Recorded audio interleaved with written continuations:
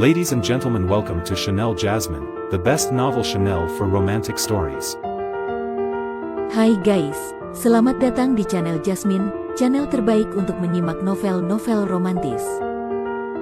Mohon dukung channel ini dengan subscribe, like dan share video-video yang ada di channel ini. Terima kasih. Kaisar Agung Seni Bela Diri Bab 1251. Setiap 10 tahun, aku hanya boleh menjual maksimal 3 informasi di Bintang Tongsang yang menjadi tanggung jawabku. 2 informasi telah kau tanyakan barusan, dan 3 tahun lalu ada orang lain yang juga datang untuk mencari informasi, jadi kalian berdua silakan pergi. Kalau ingin menanyakan hal lain, datanglah lagi 10 tahun kemudian. Saat Luo Xiu masih mempertimbangkan untuk menanyakan informasi lain, pria tua berjubah abu-abu itu tiba-tiba berbicara, langsung mengusir mereka. Informasi kedua yang kutanyakan belum kau jawab, jadi seharusnya tidak dihitung sebagai informasi yang telah kau jual, kan? Luo Xiu mengernyit dan berkata dengan nada tak senang. Informasi yang ditanyakan tetapi tidak dijawab pun tetap dihitung, jawab pria tua itu sambil menggeleng pelan. Kau ini keterlaluan sekali. Seru Yan Yuer dengan wajah cemberut ketika melihat raut tak senang di wajah Luo Xiu, aura panas seperti kobaran api pun mulai merembes keluar dari tubuhnya. Terhadap Luo Xiu, dia bisa sehalus air, tetapi siapapun yang membuat Luo Xiu kesal, pasti tidak akan ia biarkan begitu saja. Raut wajah pria tua berjubah abu-abu itu sedikit berubah, dia bisa merasakan aura mengejutkan dari tubuh wanita berbaju merah itu, bahkan kekuatannya jauh melebihi kekuatan pemimpin kota Yunsang. Dia memang bertanggung jawab atas cabang Tianwanglou di wilayah bintang ini, tapi wilayah bintang Tongsang sendiri tidak memiliki banyak ahli tangguh, sehingga kekuatannya pun hanya berada di tingkat pertengahan Kaisar Agung 7 roda, setara dengan kekuatan pemimpin kota Yunsang. Sekalipun kalian menyerangku, itu pun tidak ada gunanya. Peraturan Tianwanglou kami tidak pernah dilanggar, ucap pria tua itu dengan sikap tegas, meski tangan kirinya yang tersembunyi di balik lengan bajunya telah menggenggam sebuah jimat, bersiap menghancurkannya untuk kabur kapan saja. Yuer, jangan ribut. Luo Xiu mengelus lembut rambut panjang merah menyala Yan Yuer, dan seketika aura panas membakar dari tubuhnya menghilang seperti ombak yang surut, kembali tenang. Pria tua itu diam-diam menarik napas lega, meskipun wajahnya tetap datar tanpa perubahan ekspresi, lalu memberi salam, silakan kalian pergi.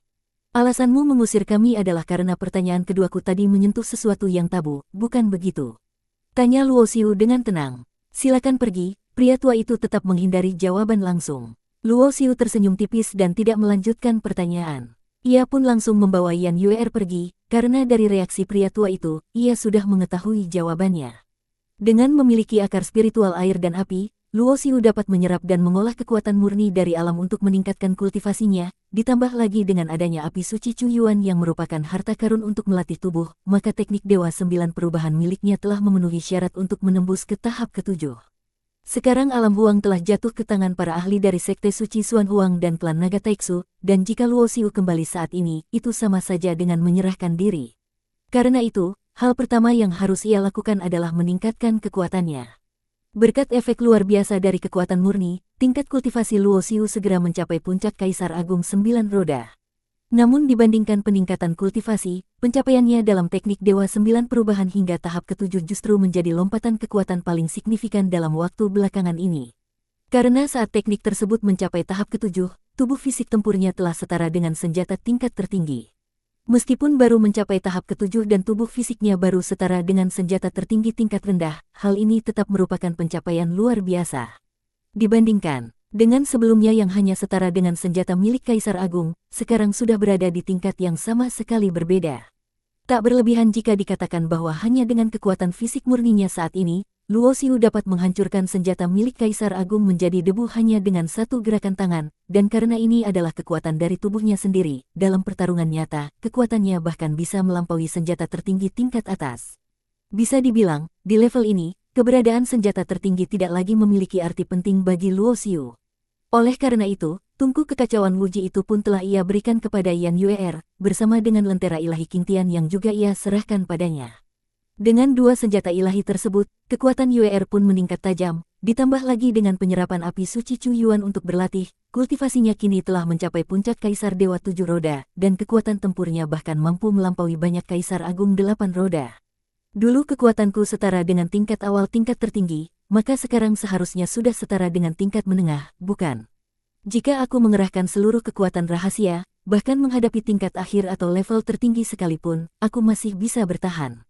Merasakan kekuatan dahsyat dalam tubuhnya, Luo Xiu tidak ragu bahwa jika dirinya di kehidupan sebelumnya berdiri di hadapannya saat ini, ia bisa dengan mudah membunuhnya. Di kehidupan ini, dengan tingkat kultivasi puncak Kaisar Agung 9 Roda, ia bisa membunuh dirinya di masa lalu yang sudah mencapai tingkat tertinggi. Bahkan di zaman ketika penguasa Dao dan penguasa Dao sejati masih hidup, para ahli tingkat tertinggi seperti ini pun tetap dianggap sebagai kekuatan sejati dalam semesta luas ini. Keyakinan yang kuat berasal dari kekuatan yang sejati, dan kini dengan kultivasi di puncak tingkat Kaisar Agung 9 Roda serta teknik Dewa 9 Perubahan yang telah mencapai tahap ke-7, barulah Luo Xiu merasa memiliki cukup modal untuk kembali ke alam huang. Ia percaya bahwa dengan teknik Dewa Perubahan miliknya, selama ia sengaja menyembunyikan identitasnya, maka kecuali ada seorang ahli setingkat penguasa Dao yang berdiri tepat di hadapannya dan memeriksanya dengan teliti, tidak akan ada yang bisa mengenali siapa dirinya sebenarnya.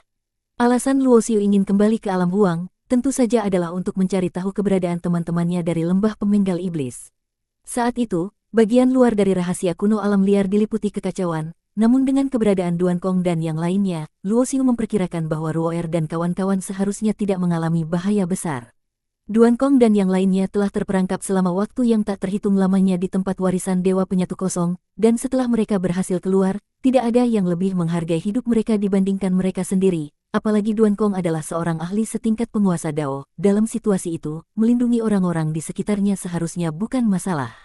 Tentu, tidak menutup kemungkinan ada yang terpisah dalam kekacauan seperti yang dialami oleh Yuer, dan karena itulah Luo Xiu merasa ia harus segera menemukan mereka. Kini, di kawasan langit bintang tempat alam huang berada, telah diduduki oleh seorang penguasa Dao dari dunia indah Linglong. Luo Xiu tahu betul bahwa dirinya masih jauh dari selevel dengan seorang penguasa Dao, namun ia percaya bahwa sekalipun tak mampu menang, jika ia ingin melarikan diri, bahkan penguasa Dao pun tak bisa menahannya. Terlebih lagi, kali ini Luo Xiu kembali ke alam huang bukan untuk bertarung, melainkan untuk mencari jejak Duan Kong dan yang lainnya. Menurut dugaannya, jika Duan Kong dan rekan-rekannya masih hidup, maka kemungkinan besar mereka sedang bersembunyi di alam huang menunggunya, atau mereka telah meninggalkan alam huang dan pergi ke bagian langit bintang yang lain. Saat Luo Xiu bersama Yan Yuer menembus langit bintang menuju alam huang, di tempat lain yang jauh di penjuru galaksi, tampak sebuah cahaya merah menyala melesat seperti meteor menembus gelapnya jagat raya. Di dalam kilatan cahaya api tersebut, ada seorang wanita cantik dewasa dengan penampilan memesona dan tubuh menggoda. Di tangan kirinya ia memegang sebutir kristal merah yang saat ini memancarkan cahaya merah darah. Tak kusangka, setelah sekian lama, masih ada keturunan berdarah tipis yang mampu membangkitkan darah keturunan Phoenix abadi. Wanita dewasa yang tampak berusia 30-an ini memiliki sepasang mata burung Phoenix yang memesona dan menatap tajam kristal merah menyala di tangannya. Nama wanita cantik ini adalah Feng Jin, berasal dari klan misterius keturunan Phoenix abadi. Alam semesta yang luas ini telah ada selama waktu yang tak terhingga, dan dalam sejarah yang panjang itu, banyak rahasia yang tenggelam di telan arus waktu. Asal-usul keturunan Phoenix abadi bisa dilacak hingga zaman kekaisaran abadi yang sangat lampau, di mana saat itu banyak makhluk yang mencapai keabadian, dan seekor Phoenix pernah berhasil mencapai tingkat abadi, menjelma menjadi Phoenix abadi. Phoenix abadi ini pernah bersatu dengan manusia kuat dan menghasilkan garis keturunan, namun seiring berjalannya waktu, warisan darah tersebut menjadi makin tipis karena keturunan mereka terus bercampur dengan ras lain. Saat memasuki zaman Dayan, demi menjaga kemurnian darah, sebagian keturunan Phoenix abadi yang masih memiliki garis keturunan kuat memilih untuk mengasingkan diri. Karena itu, meskipun para penguasa Dao mengetahui banyak rahasia dunia, hanya segelintir saja yang mengetahui keberadaan keturunan Phoenix abadi. Mereka memang tidak muncul di dunia, tapi bukan berarti kekuatan mereka lemah. Meski darah mereka terus tergerus oleh waktu, namun dalam klan tersebut tetap ada ahli sekelas penguasa Dao. Klan ini memiliki metode khusus untuk merasakan aura darah Phoenix abadi, dan selama sejarah panjangnya, memang beberapa kali muncul keturunan berdarah tipis yang berhasil membangkitkan garis keturunan itu. Setiap kali hal itu terjadi, klan ini akan segera mengutus seseorang untuk menjemput mereka. Sebab, siapapun yang bisa membangkitkan darah Phoenix abadi, tak peduli seberapa tinggi kemurniannya, pasti memiliki bakat alami yang jauh melebihi kebanyakan jenius. Feng Jin ditugaskan kali ini karena seseorang telah membangkitkan garis keturunan tersebut, dan menurut leluhur klan, kekuatan darah orang ini sangat murni dan kuat. Karena itulah mereka mengutus Feng Jin, seorang ahli tingkat tertinggi, yang kini membawa kristal khusus yang dapat mendeteksi darah Phoenix abadi. Berdasarkan reaksi kristal itu, keturunan yang membangkitkan darah tersebut sudah sangat dekat dengannya. Dalam pandangannya, Luo Xiu kini telah melihat siluet benua alam Huang, dan menara purba yang melayang dalam laut kesadarannya pun mulai bergetar lembut. Getaran itu membuat hati Luo Xiu sedikit tergerak, dan ia pun tiba-tiba teringat akan perkataan penguasa Dao sejati Wuji. Menurut penguasa Dao sejati Wuji, di masa lalu yang sangat lama, leluhur alam Huang ketika sedang sekarat dalam luka parah, menyatu dengan menara Huang dan menciptakan serta mengembangkan wilayah langit bintang yang berpusat pada alam Huang. Tindakan ini bukan hanya menyelamatkan nyawanya, tapi juga membuatnya berhasil menembus ke tingkat penguasa Dao sejati. Namun sebagai konsekuensinya, ia tak pernah bisa meninggalkan wilayah itu, dan selamanya terkurung di level penguasa Dao sejati tanpa harapan menjadi abadi. Dengan kata lain, alam Huang, menara Huang, dan sang leluhur alam Huang sudah menjadi satu kesatuan. Maka jika alam Huang dan menara Huang masih ada, apakah leluhur alam Huang benar-benar sudah mati? Semakin dekat dengan wilayah langit bintang alam Huang, Luo Xiu bisa merasakan bahwa menara Huang dalam laut kesadarannya seperti sedang memanggil sesuatu. Bersambung.